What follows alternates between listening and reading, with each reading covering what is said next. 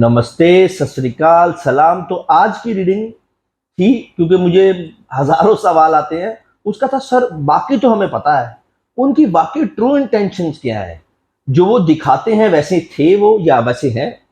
थे उनके लिए होता है जिनके अब साथ नहीं है, जैसे वो हैं उनके लिए होता है जो अपने क्रश के लिए, अपने एक लवेबल पार्टनर के लिए जो उनके साथ अभी है, उनके बारे में पूछते हैं उनकी ट्रू इंटेंशन क्या है। आज की रीडिंग है उनके ट्रू इंटेंशंस क्या है, जिनके बारे में भी आप ये वीडियो देख रहे हैं। उनके true intention, it might be your lover, it might be your crush, और कोई भी जो एग्जिस्टेंस अभी आपके मन में जिनकी है, राइट। तभी मैंने जो थे, जो हैं, दोनों बताइए। जो थे ऑब्वियसली अब वो नहीं है, और जो है it might be your crush, it might be your lover at present, जिनके बारे में भी आप सोच रहे हैं उनके ट्रू इंटेंशंस क्या है। क्योंकि मुझे ये क्वेश्चन काफी बार पूछा जाता है कि जैसे दिखते हैं वो बहुत ही जॉली किस्म के आदमी होंगे, उनकी ट्रू इंटेंशन क्या है। सबकी इच्छा होती है, सबकी उम्मीदें होती हैं, सबके ड्रीम्स होते हैं, आपकी भी ऐसे होंगे यार। Everybody wants a playful life. मैंने अभी ये स्पेशली इंटेंशंस के लिए की थी, पहला कार्ड ही प्लेफुलनेस का है। याद रखना, जो नाचते हैं और जो झूमते हैं, बहुत फर्क है इन दोनों चीजों में, नाचना और झूमना। ये तो काफी डिटेल में हो जाएगी बात। ये सन्यासी जो होते हैं वो ये ऐसी बातें करते हैं, नाचना और झूमना बहुत अलग बातें होती हैं। पहला कार्ड है प्लेफुलनेस का, दूसरा कार्ड है एडवेंचर का। वो किसी, देखिए एडवेंचर कार्ड जो आया है ना, ये जैसे आप इस एडवेंचर कार्ड को सोचते हैं ना कि if they love playfulness in their life, they love adventure. वो किसी एडवेंचर से निकले हैं।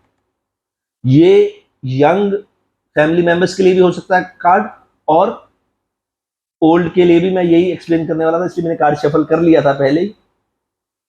वो एक ऐसे पास से गुजरे हैं, ऐसा मतलब कोई बहुत बुरा नहीं, मतलब उन्होंने एक ऐसे पास में एक्सपीरियंस किया है, विल से, क्योंकि कई बार आदमी सीरियसली ले लेते हैं, पता नहीं कैसा पास्ट होगा उनका। Because this reading is about the person you are feeling, you are thinking about. उनकी प्रेजेंट फीलिंग्स क्या है। It might be your ex, it might be your present, it might be your crush. तो वो किसी ना किसी ऐसे पास से गुजरे हैं जिससे उनमें थोड़ा सा ठहराव आया है। अब वो ऐसे लोग थोड़ा डरते भी हैं। न्यू विजन क्यों आएगा? क्योंकि पहला जो डिसीजन था वो गलत था। आदमी जब हड़बड़ाता है तो वो न्यू विजन की तरफ जाता है। उन्होंने रियलाइज किया, एक्सेप्ट किया, एक्सपीरियंस किया, तभी न्यू विजन की बात आई। नहीं तो लोगों को तो 5-6 बार पास से मार पड़ भी जाए ना तो वो तो भी नहीं समझते। दे आर क्वाइट इंटेलिजेंट, जिनके बारे में भी आप सोच रहे हैं, दे आर क्वाइट इंटेलिजेंट। देखिए ये सब करते हैं, कॉम्प्रोमाइज या कंपैरिजन, दोनों चीजें आप भी करते होंगे। जब आपको कोई, फॉर एग्जांपल, कोई चीज मिल जाए, एक बच्चा है, उसको छोटा सा टॉय लेके दे दिया, वो अपनी कार भी देखेगा, दूसरी शॉप पे पड़ी कार भी देखेगा, है ना। कंपैरिजन करेगा किसके पास अच्छी है। वो अपनी कार, जो उसके पेरेंट्स ने उसको छोटा टॉय लेके दिया, कार लेके दी, वो दूसरे बच्चों की कार भी देखेगा कि मेरी अच्छी है कि उसकी अच्छी है, मेरी अच्छी है कि उसकी अच्छी है ना। मेरी ज्यादा लेटेस्ट कार है विद रिमोट है, उसके पास रिमोट नहीं है। ऑब्वियसली वो भी ऐसा करते हैं। तो बी काम टू देम।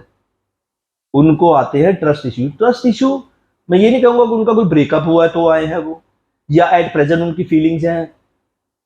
ट्रस्ट इश्यू तब आते हैं जब आदमी किसी चीज पे बहुत ट्रस्ट किया उन्होंने पास में, तो एट प्रेजेंट उनकी जो ट्रस्ट प्रॉब्लम्स है ना उनके,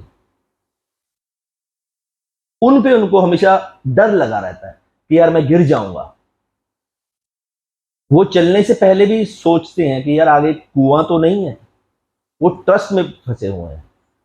ये बात बिल्कुल प्रैक्टिकली बैठती है। जर्नल टाइमलेस रीडिंग क्यों कहा जाता है? अब मैंने क्या कहा कि ट्रस्ट इशू है, उनको डर लगा रहता है। ट्रस्ट इशू है, उनको डर लगा रहता है। रिलेशनशिप भी पास्ट का हो सकता है, फाइनेंशियल कंडीशन भी ऐसी हो सकती है, और फिजिकल फीलिंग भी ऐसी हो सकती है। समझे आप मेरी बात को? मैं बोलता हूँ ट्रस्ट इशू है, उनको डर लगा रहता है। ये कोई पुराना ट्रस्ट होगा उनका। हम फिजिकल, प्रैक्टिकल, इमोशनल फीलिंग्स में उलझ जाते हैं कई बार, तभी बात वो रेजोनेट की थी जो जुड़ती है आपसे।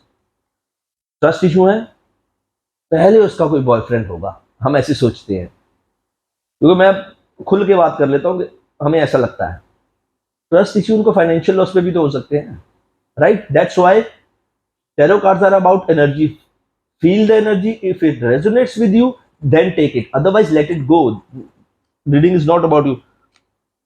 देखिए, पहले मैं दिल से ये सोच रहा था कि जो उनका पास है, जिनसे उनको डर लगता है, ट्रस्ट इश्यू आते हैं, वो मैंने बोला भी था शायद आई थिंक इस वीडियो में कि वो इतना बड़ा नहीं है, वो काफी बड़ा है। वो काफी बड़ा है, क्योंकि मैं पर्सनली ये सोच रहा था कि इतना कौन चाहता है किसी के साथ बुरा हो। तो काफी बैड पास से गुजरे हैं। So it was bad pass, now present it's always good. हमेशा प्रेजेंट में रहिए। वो काफी, इसलिए उनको इनोसेंस का कार्ड आना, दैट डजंट मीन कि वो बहुत इनोसेंट है। इनोसेंस फील किया उन्होंने। It can be they are innocent, it can be they want to be a innocent person now, है ना? ये दो बातें रेजोनेट कर जाती है। वो बहुत ही मन चले होंगे। क्रिएटिविटी के कार्ड से मन चले का क्या लेना देना? पास्ट आया, बीता, सब हुआ, एक्सपीरियंस किया, आदमी क्रिएटिव होता है। ये बहुत ही, ये एक यंग फैमिली मेंबर्स के लिए रीडिंग भी हो सकती है, अबाउट क्रश भी हो सकती है। तो ये रीडिंग है ना, they want to be creative with them in limits.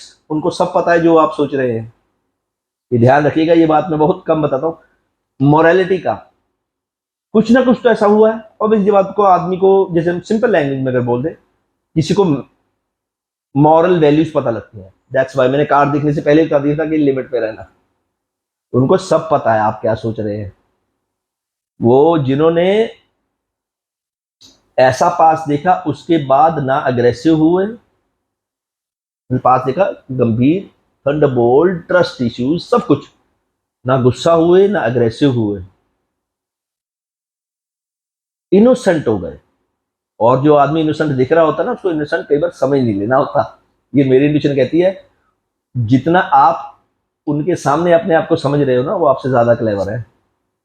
Clever word use नहीं करना चाहता था, अब तो ये रीडिंग एंडी है। कंट्रोल में आए हैं क्योंकि उनमें कंट्रोल नहीं था। तो ये रीडिंग में तो मैं यही कहना चाहूंगा यंग फैमिली मेंबर्स के लिए, या कोई भी है। ऑब्वियसली जैसे कि होता है, मेच्योरिटी की उम्र नहीं होती है। मेच्योरिटी तो आदमी कई बार 50 साल में जाके मेच्योर होता है। और अगर आप 50 साल के है भी हैं, think that you are young, है ना? तो कंट्रोल में ना होना, उसके बाद कंट्रोल में आ जाना, इसका मतलब उनको कंट्रोल में आने की हर स्टेप पता है। ये जो रीडिंग है, जिनके लिए भी आप देख रहे हैं, जैसा वो दिखते हैं, ये मत सोचना जैसा वो दिखते हैं वैसे है नहीं। वो अच्छे दिखते हैं तो वो बुरे होंगे, नहीं। अगर वो अच्छे दिखते हैं तो वो बहुत अच्छे हैं। अगर वो फॉर एग्जाम्पल इंटेलिजेंट दिखते हैं तो वो सुपर इंटेलिजेंट है, राइट?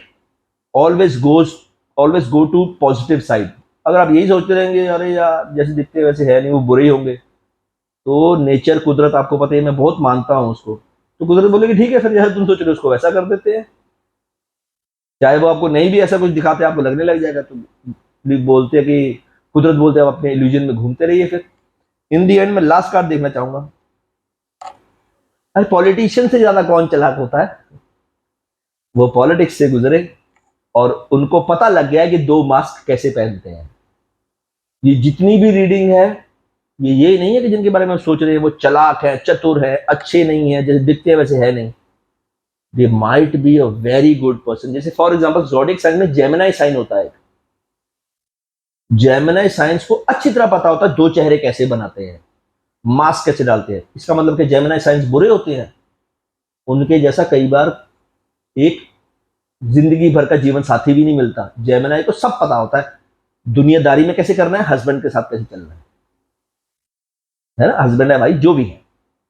इसीलिए जिनके साथ आप हैं उनके साथ टाइम गुजारिए, या अगर आप किसी पास्ट मेंबर के साथ देख रहे हैं, उनकी बातें रिवाइंड कीजिए, वो क्या बोलते थे। बहुत चेंज है उनमें, और ये बहुत ही अच्छा साइन होता है किसी के लिए।